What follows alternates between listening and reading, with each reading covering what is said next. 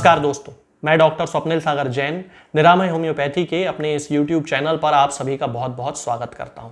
दोस्तों, अभी आप लोगों ने बहुत सारे मेरे वीडियोस देखे होंगे एलर्जी के ऊपर, और मैंने इतने सारे वीडियो बनाए इसलिए हैं ताकि मैं आपको उन दवाओं के बारे में बता सकूं जो कि अलग अलग सिम्टम पर, अलग अलग एलर्जी के केसेस में, अलग अलग मरीजों पर किस तरह से काम करती हैं। मैंने आपको जस्टिसिया अडाटोडा के बारे में बताया, एलर्जी के सबसे अच्छी मेडिसिन है, लेकिन वो सिम्टम जो जस्टिसिया के हैं वो मिलना चाहिए। मैंने आपको एलियम सीपा के बारे में बताया, मैंने यूफ्रेशिया के बारे में बताया, मैंने वाइथिया के बारे में बताया, मैंने अरुंडो के बारे में बताया। बहुत सारी दवाएं मैं आपको बता चुका हूं, कालीबाइक्रोमिकम, हाइड्रेस्टिस, और भी बहुत सारी दवाएं हैं जिन पे मैं वीडियो बना चुका हूं छींकों वाली एलर्जी के लिए। आज इस वीडियो में मैं एक और मेडिसिन के बारे में आपसे बताऊंगा जो कि केवल उन सिम्टम्स पे काम करेगी जिन मरीजों में वो लक्षण होंगे, उन मरीजों में काम करेगी, और किसी एलर्जी को वो ठीक नहीं करेगी। तो इस मेडिसिन का नाम है दोस्तों सवाडिल्ला।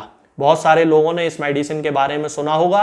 ये भी एलर्जी की सबसे अच्छी दवाओं में से एक है। जैसे जस्टिसिया अडाटोडा है, एलियम सीपा है, यूफ्रेशिया है, कालीबाइक्रोमिकम है, हाइड्रेस्टिस कैनाडेंसिस है, वैसे ही सवाडिल्ला भी है, और ये भी 100% एलर्जी के केसेस को ठीक करती है। मैं आपको इतनी सारी दवाएं इसीलिए बताता हूं क्योंकि होम्योपैथी में कोई एक दवा किसी एक बीमारी के लिए काम नहीं करती।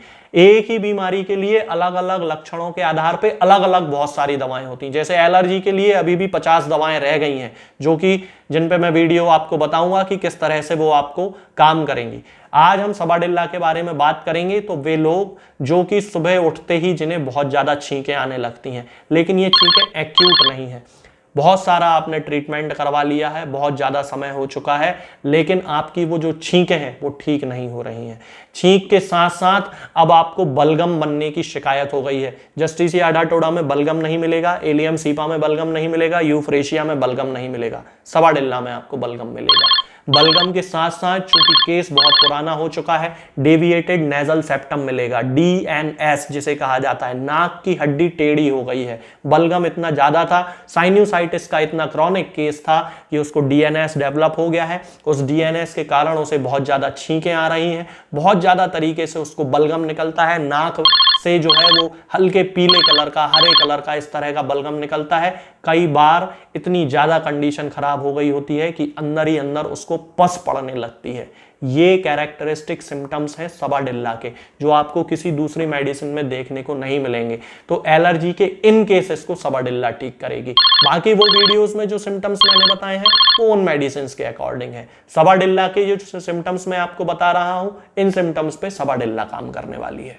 इसके साथ साथ जब उसको इस तरह की एलर्जी की शिकायत होगी तो आंखों में उसे बहुत ज्यादा जलन पड़ने वाली है, आंखों में दर्द होगा, आंखों से पानी नहीं आएगा, पानी आएगा तो फिर यूफ्रेशिया होगी, लेकिन आंखों में जलन पड़ रही है, आंखें लाल हो गई हैं, आंखों में दर्द हो रहा है, सिर दर्द होने लगा है, किसी भी तरफ का सिर दर्द हो, राइट साइड हो सकता है, लेफ्ट साइड हो सकता है, सेंटर में हो सकता है, कहीं भी हो सकता है, लेकिन सिर दर्द हो रहा है, बहुत पुराना जुकाम है, तो सवाडिल्ला उसकी मेडिसिन होगी।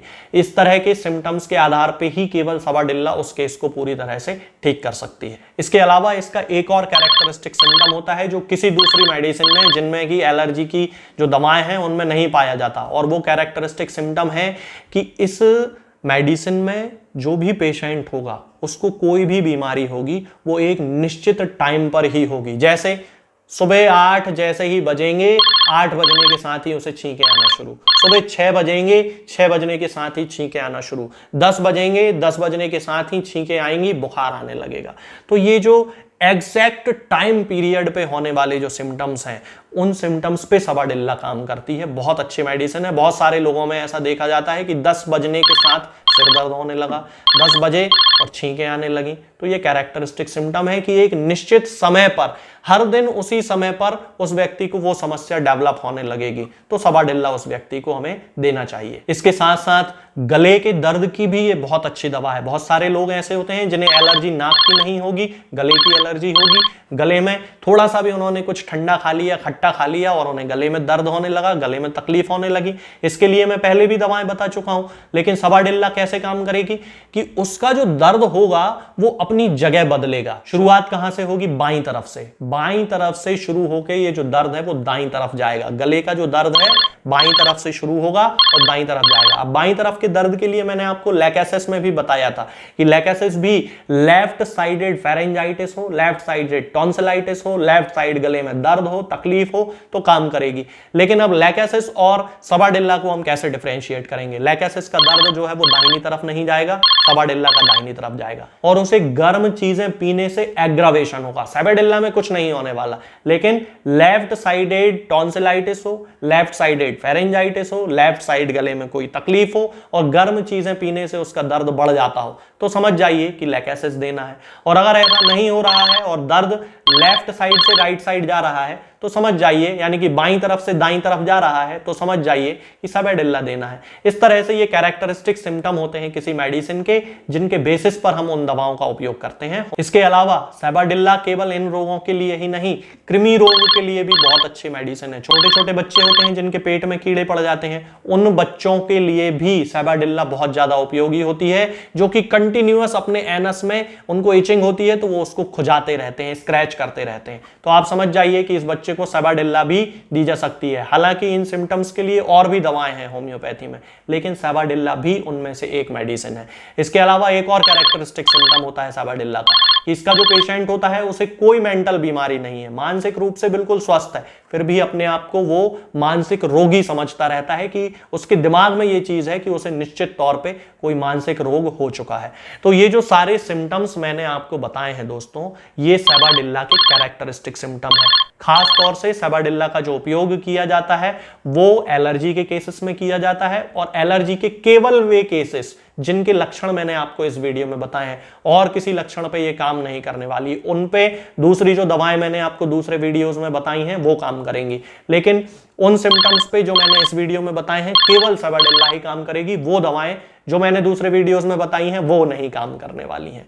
तो ये जो दवा है, यदि हम इसकी पोटेंसी की बात करते हैं, ये आपको 30 पोटेंसी में ही देना चाहिए, और 30 पोटेंसी की 2-2 बूंद दिन में 3 बार या 4-4 बूंद दिन में 3 बार मरीज के लक्षणों के आधार पर हमें उनको देना चाहिए। धीरे धीरे अंतर आएगा, एकदम से अंतर आने की उम्मीद ना करें।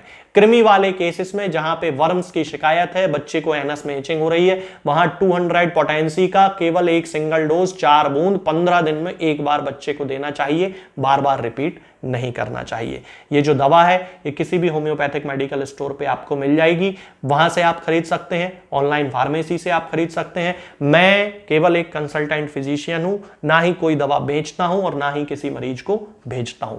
आज के इस वीडियो में फिलहाल इतना ही। आगे के वीडियोस में हम बात करेंगे कुछ नई बीमारियों के बारे में और उनकी होम्योपैथिक दवाओं के बारे में।